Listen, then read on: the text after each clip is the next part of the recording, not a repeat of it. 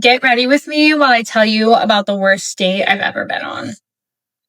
So, this guy, he was my best friend's roommate at the time. She lived with him, and I had met him a few times. We'd actually been on one other date prior to this, and it went well.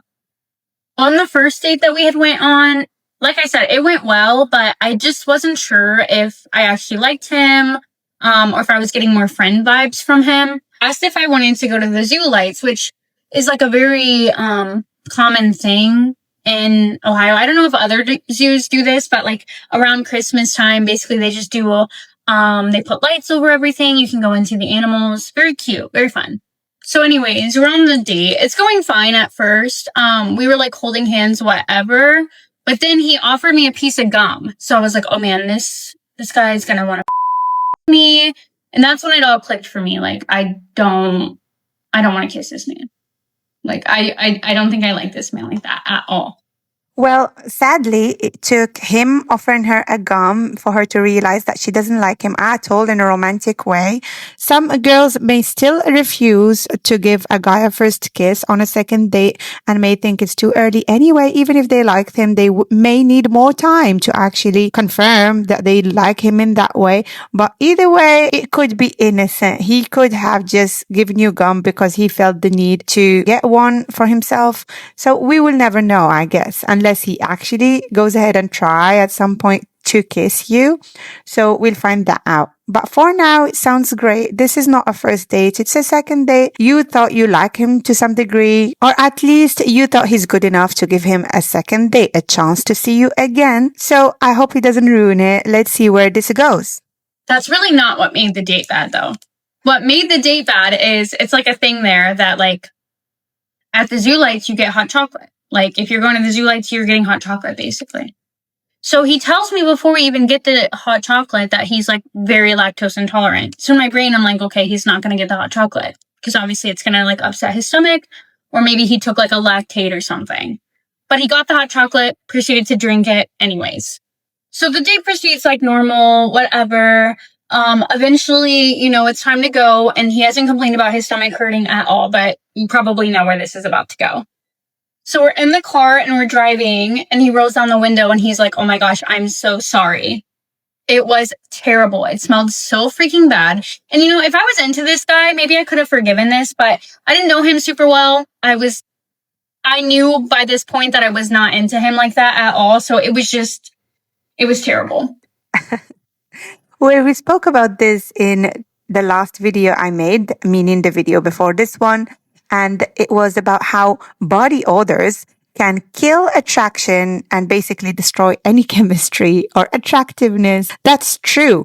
But now if it's not body odor, like it's not the case here, and you know that this guy actually has tummy problems because he's lactose intolerant and he decided to have the hot chocolate. We don't know why he did that. Perhaps he didn't want to go without. Perhaps he did not want to affect your experience and make you be the only one drinking that hot chocolate. He thought maybe it will make you uncomfortable. We don't know why he did this to himself. Clearly, it was a bad move because, like she said, she already didn't like him all that much. So clearly, she's not going to just forgive this horrible smell.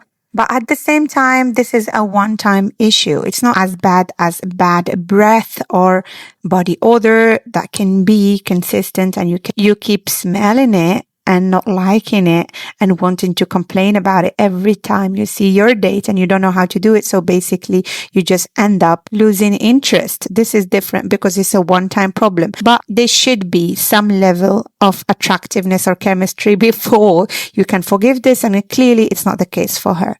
So eventually, in our drive, he's like, I have to stop. Like, I have to go to the bathroom. Like, I have to go. So we end up stopping. We like pull into like a random Kroger and he gets out and goes to the bathroom.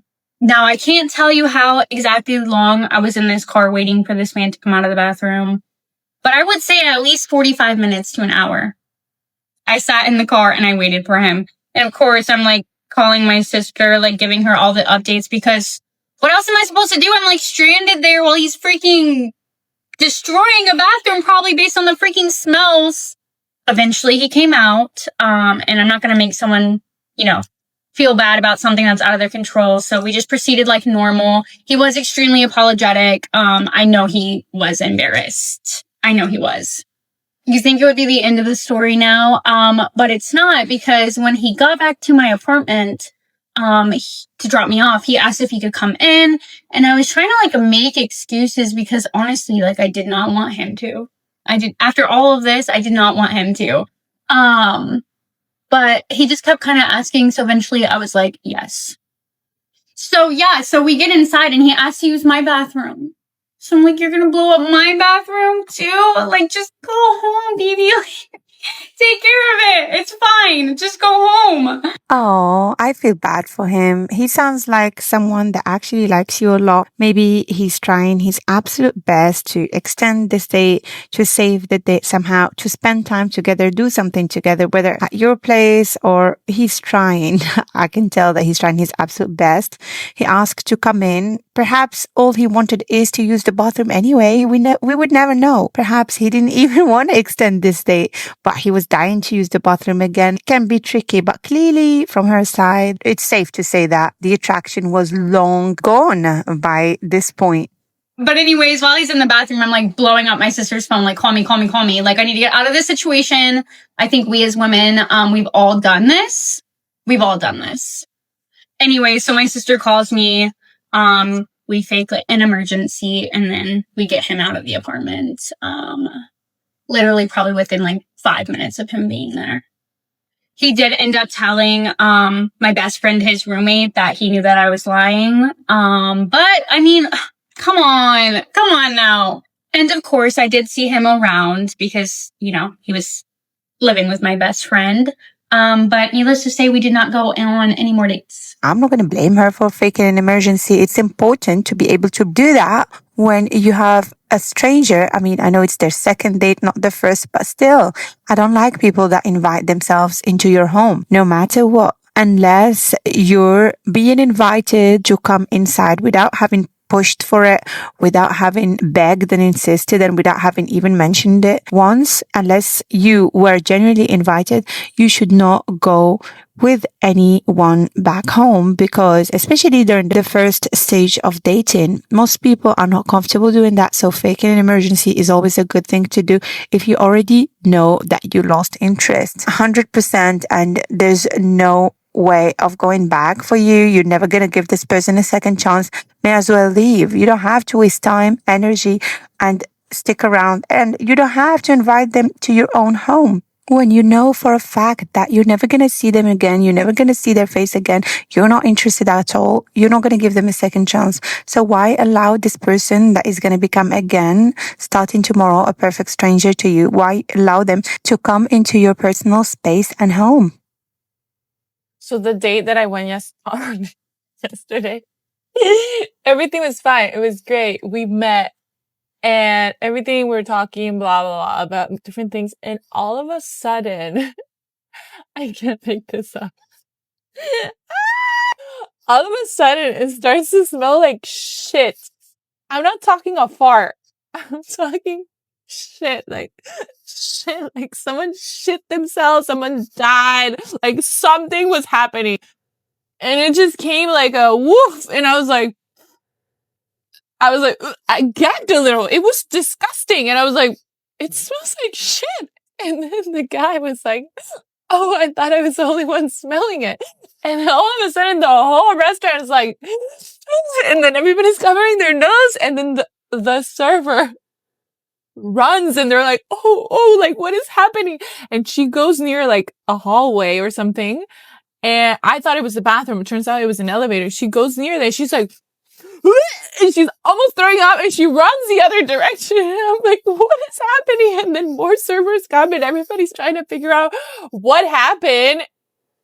And then we asked the server later to move. We're like, can we move where there's more oxygen? They're like, of course. And then what do you call it? The host also, she's like, we don't know what's going on. Like, this was straight out of a movie. I was like, oh my God, it smells like shit. Everybody's gonna die.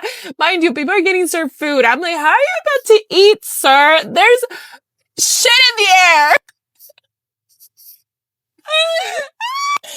And then, They move us.